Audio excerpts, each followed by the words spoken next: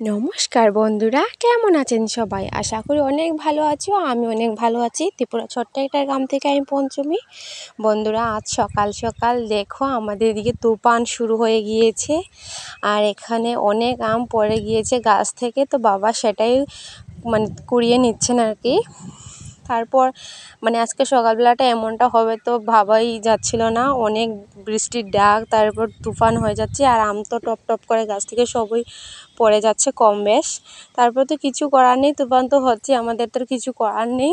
জানি না সকালটা কেমন হবে। তারপর দেখো একটা আম পড়ে যায় গাছ থেকে, আবারও আমি সেটা নিয়ে আসলাম। তার একটু পরেই শুরু হয়ে গিয়েছে বৃষ্টি। তারপর বৃষ্টি শুরু হয়ে যাওয়ার পর তো ভাবছিলাম যে অনেক বৃষ্টি হবে, কিন্তু হয়নি। একটুখানি বৃষ্টি হয়েছে, দেখি বুঝতে পারছো। তার একটুখানি পর হয়ে গেছে আবহাওয়া শান্ত। তো যাই হোক, মনটা একবার শান্ত হলো, এবার রান্না করতে চলে যাই। তো রান্না করার জন্য এসে গিয়েছি রান্নাঘরে। আর এখানে দেখো আমি নিয়ে নিয়েছি রাজমা।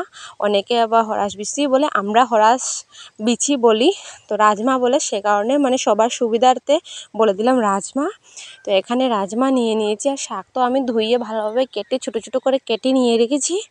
এখানে দেখো রাজমাগুলোকে আমি ভেজে নিচ্ছি, ভেজে একটুখানি নিয়ে নিচ্ছি আর কি। এভাবে কড়াইয়ের মধ্যে গরম হতে বসিয়ে দিয়েছি, আর এভাবে ফুটছে। এভাবে ফুটে গেলে তারপর দিয়ে দিতে হবে একটু তেল। একটু তেল দেওয়া যাওয়ার পর এভাবে নাড়িয়ে চাড়িয়ে আবার একটু সময় একটু রেখে দিতে হবে জল।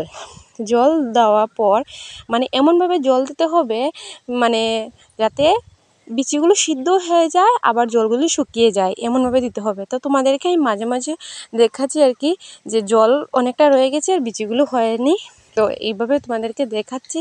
তো এমন করতে হবে। তারপর আমি এদিকে সিদ্ধ হচ্ছে, এদিকে আমি কাঁচা লঙ্কা আর কেটে নিয়েছি রসুন শাকের জন্য। তারপর দেখো এদিকে জল শুকিয়ে গিয়েছে আর বিচিগুলো হয়ে গেছে। তোমাদেরকে বোঝানোর জন্য এভাবে দেখাচ্ছি, পুরো কাছ থেকে এনে। তোমরা যদি এভাবে দেখে বুঝো না, তার কি করবে আর কি, এভাবে খুন্তি দিয়ে দেখতে পারো। আমি তোমাদেরকে দেখিয়ে দিচ্ছি, এভাবে করে দেখে নিতে পারো।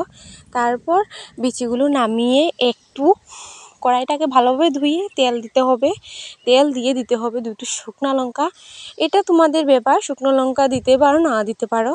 তো আমি এখানে দুটো দিয়ে দিয়েছি শুকনো লঙ্কা। তারপর দিয়ে দিয়েছি কেটে রাখা রসুন, দিয়ে দিয়েছি শাক, দিয়ে এখন একটু ভালোভাবে নাড়িয়ে চাড়িয়ে একবার মিক্স করে আর কি, তেলগুলো শাকের গায়ে লাগিয়ে দিয়ে দিলাম এই সিদ্ধ করা বিচিগুলো, দিয়ে দিলাম রাজমা দিয়ে দিলাম। রাজমা দিয়ে যাওয়ার পর আবার নাড়িয়ে চাড়িয়ে ভালোভাবে দিয়ে দিলাম একটু নুন। নুন দিয়ে কিন্তু আবার নাড়িয়ে চাড়িয়ে ভালোভাবে নাড়িয়ে নিতে হবে, কারণ নুনটা সব সবজির গায়ে লাগতে হবে। তারপর দেখো এখানে দিয়েছি হলুদের গুঁড়ো, একটুখানি লঙ্কার গুঁড়ো দিয়ে আমার ঢাকনা দিয়ে দিলাম।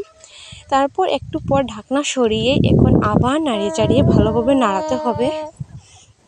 আর আমার কোলে তিন্নিমা, তোমরা প্লিজ তিন্নিমার কথাগুলো ইগনোর করো। তো তারপর দেখো ভালোভাবে এইভাবে করতে হবে।